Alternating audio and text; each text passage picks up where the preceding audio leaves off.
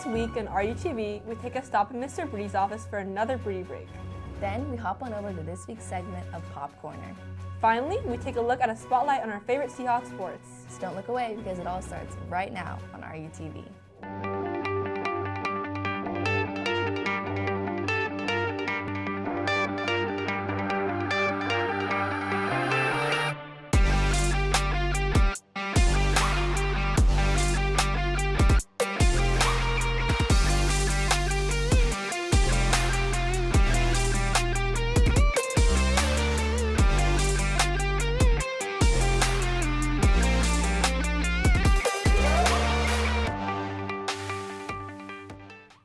Good morning, Seahawks. Today is Friday, March 22nd, and I'm Sienna Lewis. And I'm Eleni Wankwo. Hey, Eleni, are you okay? Yeah, I just drank a lot of water before this, and it's starting to hit. Well, make sure you use the correct restroom when you go. What do you mean? Oh, you haven't heard of the new bathroom system? Let's have Mr. Bridi fill you in. Hello Seahawks, Anthony Bridi, your proud principal, for another Bridi Break. This is a very quick message, and this is about school safety. And many of you have been out of the classroom at some point, whether you've been asked to go to an office, see another teacher, and some that just say, I need to go to the restroom. All those things are okay, obviously. If you're leaving the classroom and you know that you've been summoned by another teacher, you should always have a note. Whether that note was written to give to your teacher or your current teacher needs to provide that note to get to that next office. So always have a note in hand just in case you're going to or from a classroom. Something new as well is that if you are going to the restroom, there are different passes that we have. Pretty neat. All right, so these passes, and they're colored in different ranges, and what they mean are these. So if you're in the auditorium and or by the music room, you have a yellow pass. You should be using the restrooms in and around the auditorium and or the music room, not all the way over by the 800s, if that makes sense.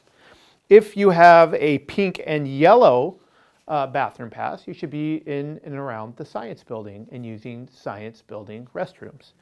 If you have a red pass, you should be using the 800s bathrooms.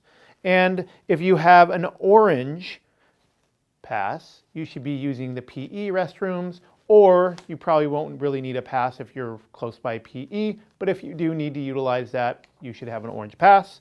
And then the main hall is blue, and I don't know if I already said that, but the main hall is a blue pass. All right, so hear me out.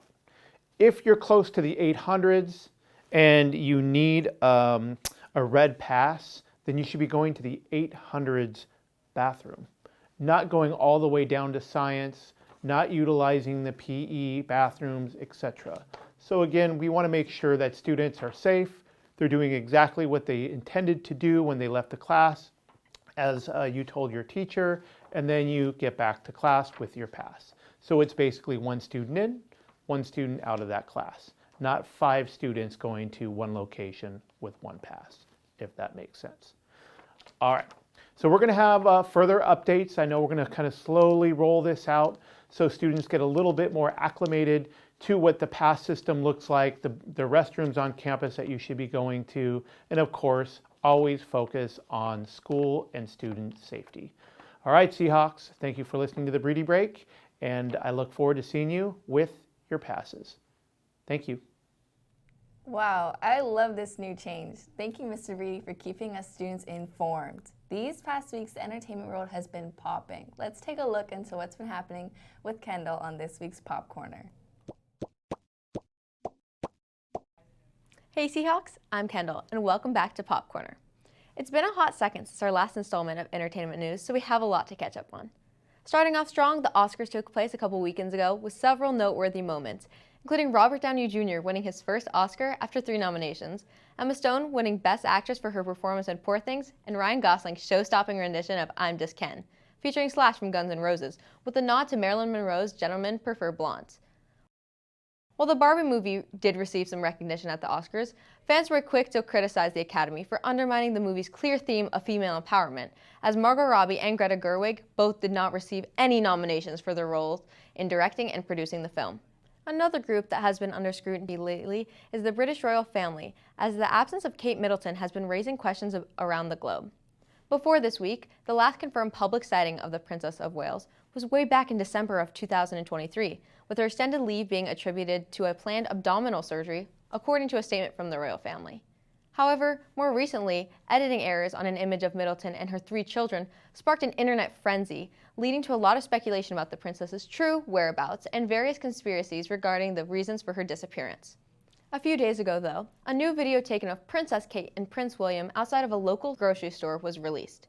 However, many people on TikTok are skeptical if the woman in the clips is in fact Kate Middleton, pointing out several inconsistencies in her appearance and in the background.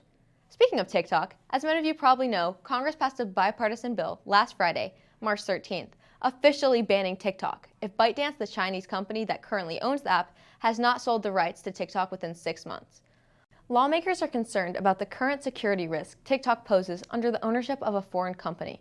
Luckily, First American users Shark Tank's Kevin O'Leary, aka Mr. Wonderful, has come out saying that he wants to buy TikTok for his Canadian company and will appoint an American CEO and board if the app is acquired. Well, Seahawks, how do you all feel about TikTok's potential ban? Pop on over at Redondo Union TV on Instagram to let us know.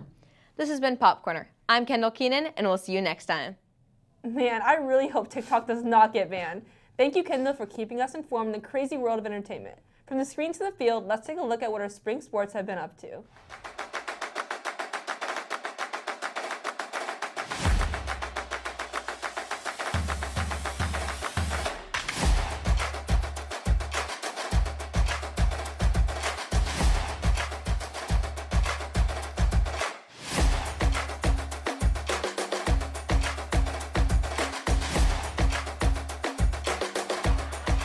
Welcome back to RUTV Sports. I'm Olive Rowe. And I'm Jamie Dinas.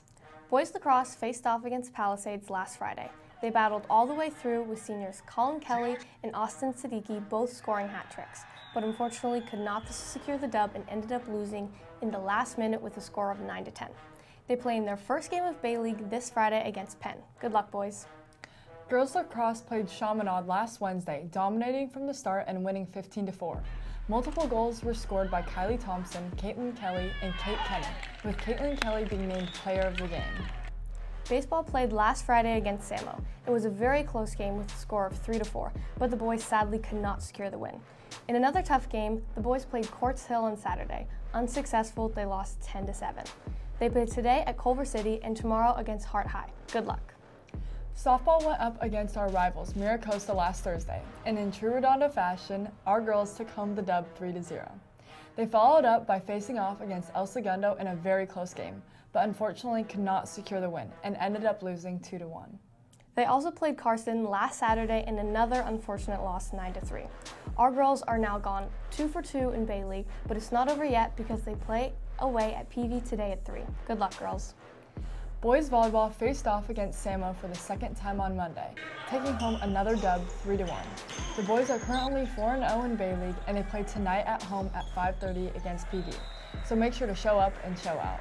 Girls beach volleyball faced off against Beverly Hills in a doubleheader and came out on top with full sweeps each time. Congrats, girls, and keep it up. This past weekend, our track team competed at split locations for long and short distance events. Sprints, jumps, and throws competed at Miracosta for the Mustang Relays, with PRs from seniors Arten Fazeli, Lewis Goldman, Jevin Dorber, and junior Zeke Johnson. For the girls, Layla Divinity won her 100 and 400 meter hurdles, and Mia Coleman won the 100 with a PR of 12:06. The 4x200 and 4x400 relays were also both won by the Seahawks. Distance runners ran at the Arcadia Distance Challenge with stand-up performances from junior Alex Barbary and senior Kyle Nguyen, running 3,200 meters in 9:30 and 9:36. In the 800 meter, after not racing in a month, junior Adam Divinity came back with a win, running a time of 1:58. Speaking of Adam, let's jump over to Kat Wong to learn more about his relationship with the sport. Hey Seahawks, this is Kat Wong, your sports director, and I'm here with Adam Divinity at the track. This is your second Athlete Spotlight of the year.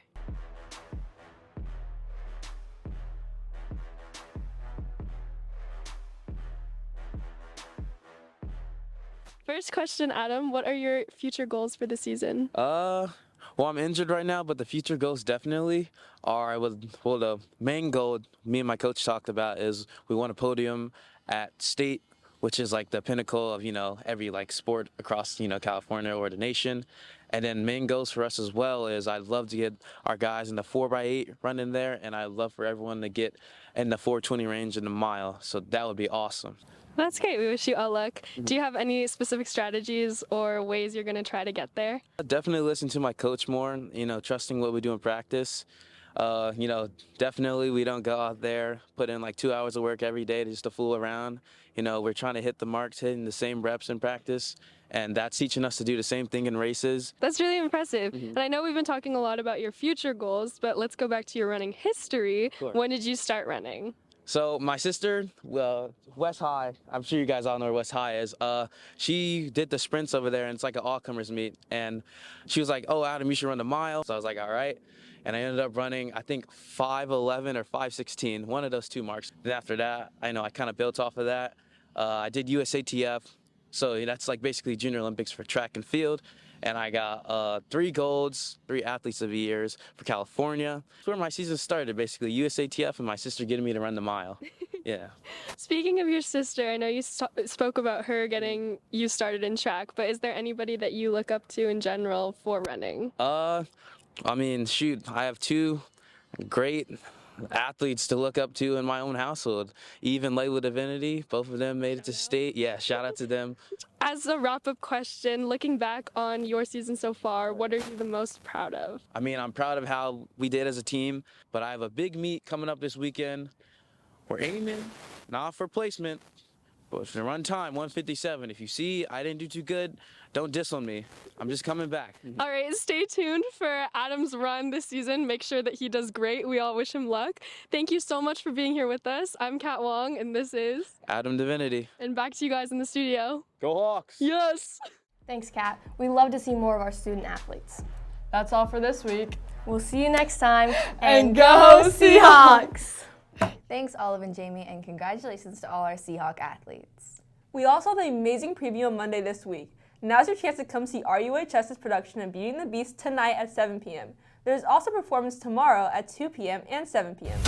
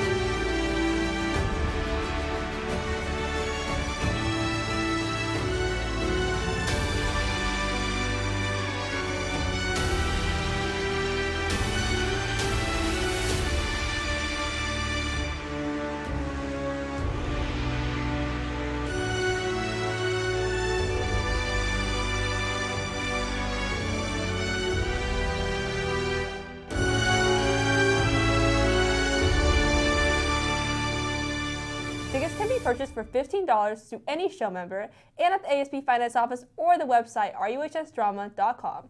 Tickets will be $20 at the door if you don't buy beforehand. Hope to see you there.